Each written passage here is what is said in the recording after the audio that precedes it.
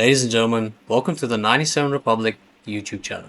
Where I'll be reacting to news and live events mostly pertaining to the UFC and European football. But I'll also keep you up to date with regards to other sporting codes. So make sure you hit the like button, hit the subscribe button, and ensuring that you don't skip a beat, click the notification bell as I guarantee it'll notify you. Alright? Let's go.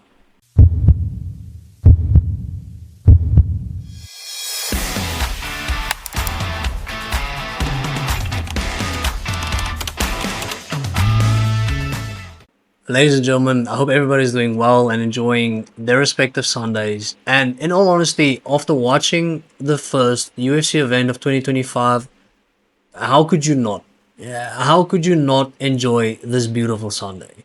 Now, my initial reaction to watching the entire card after the main event, I was waiting on post-credit scenes because it felt like a movie. The whole thing, it felt like a 6-hour movie where every single fight served as a precursor and a stepping stone towards the next fight, only to be eclipsed by the next fight. And then we saw a knockout, and then we saw a submission, and then we saw somebody getting absolutely blasted, and it just kept on getting better and better and better. I don't want to blow my own horn here. I don't want to say I told you so, but somebody predicted this. Somebody said potential card of the year. Now, sure, my reasoning might have been flawed, but the point is the right answer was given. The right answer was on the table. And do I want to take credit for it? No, but I would. I will. And it started from the prelims, basically. I watched the prelims. I watched the first fight, Aliev versus Joe Selecki. It was a good fight. It was a good fight. And then I saw Dudakova taking on Klein. It was also a good fight. But then the snowball started rolling and getting bigger and gaining momentum. And yeah, it started with Karaskaita versus Cagliari, the Brazilian girl. And ladies, honestly, round of applause. You did the flyweight women's division proud. And then the new hype train was born in the men's welterweight division. Guy's name is Jacoby Smith. Now let me set the scene for you. So Jacoby Smith graduated out of OSU. Now if you're not familiar with American universities, OSU is Oklahoma State University. And I'd say they are renowned for having a somewhat decent wrestling program.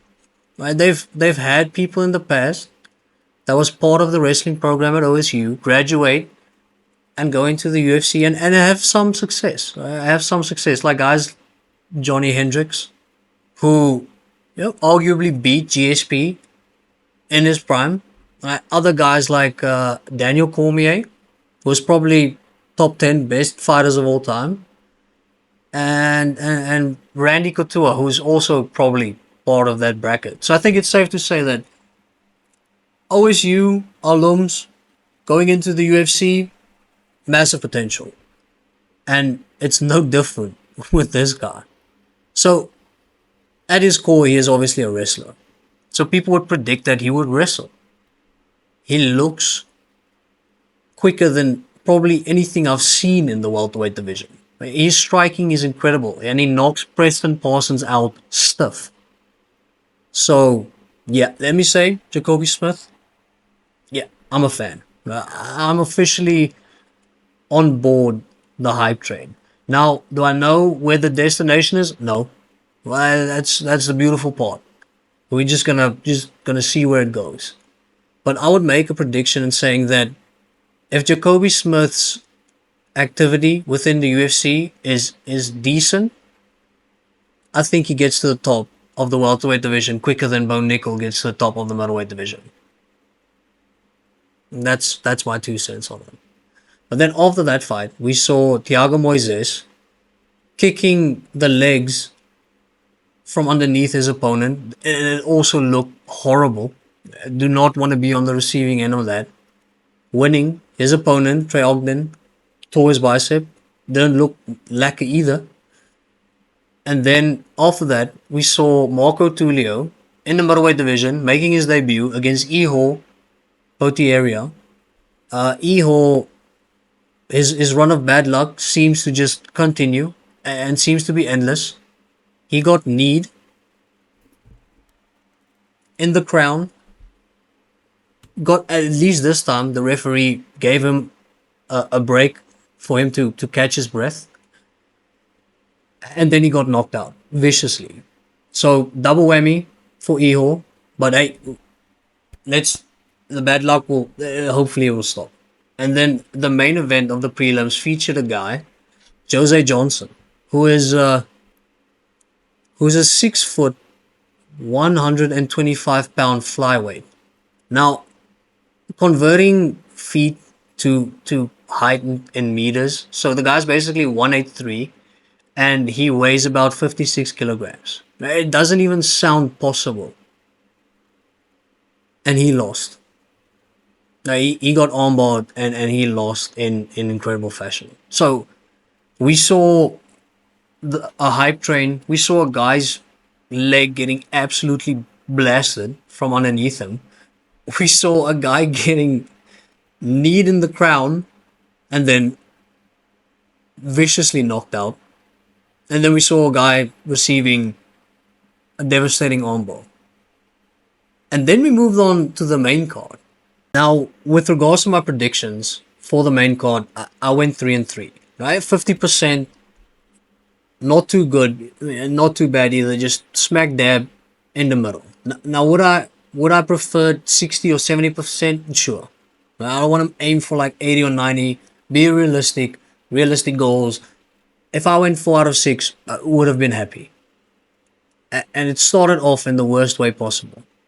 I predicted Uros Medish to beat Punahele Soriano because, I thought, logically speaking, Medish is the better kickboxer. He would dominate on the feet and he would knock Soriano out. The exact opposite happened in 40 seconds. So couldn't have been more wrong. But we bounced back. And then second fight of the main card, Christian Rodriguez faces Austin Bashi. Bashi makes his debut against Christian Rodriguez. And for future references, if there is any type of young and upcoming prospect in the UFC, whether it be at featherweight or at bantamweight, do not let him face Christian Rodriguez because the result is inevitable. He will lose because this has happened once before. A few years ago, we had Raul Rosas Jr. facing Christian Rodriguez. And at the time, Raul was 18 years old and he was basically taking the UFC by storm, dominating everybody he faced, and then he lost to Christian Rodriguez. And then Christian Rodriguez went to the UFC Performance Institute. They ran a few tests on him and they said, listen, Christian, if you want to compete at bantamweight, you can. You just have to cut off one of your limbs because you are not a bantamweight, right? It is unnatural for you to fight at bantamweight. So then Christian decided that he's going to move up in weight and fight at 145 and beat Austin Bashi, who is 13-0 and made his UFC debut. So we went 1-1. Then we moved on to fight of the night, Chris Curtis. Chris, I'm not going to step back 1 second, Curtis versus Roman Kopylov. I'm not going to stop swinging for 1 second. Honestly, if a news article broke of Dana White approaching Chris Curtis and approaching Roman Kopylov and telling both that they are not allowed to defend themselves in this fight, wouldn't be shocked, right? Because they were swinging leather for 15 minutes straight. And we almost had the Red King appear on Kopolov's face, but not exactly. But all in all, incredible fight. Then at the last seconds of the third round, in the final round, Kopolov hits Curtis with a head kick. A devastating head kick, right? Given. and then the ref decides to call it. So unfortunately, out of that beautiful spectacle, we saw Chris Curtis get stopped for the first time in the UFC unfairly, according to me. But it happened. We move on. Then we had Cesar Almeida facing Abdul Razak Al Hassan. Now I picked Almeida to win the fight, and I was breathing heavily. I was breathing heavily because he got knocked down in the first round, and it looked over. It looked like he was done. He somehow got back to his feet.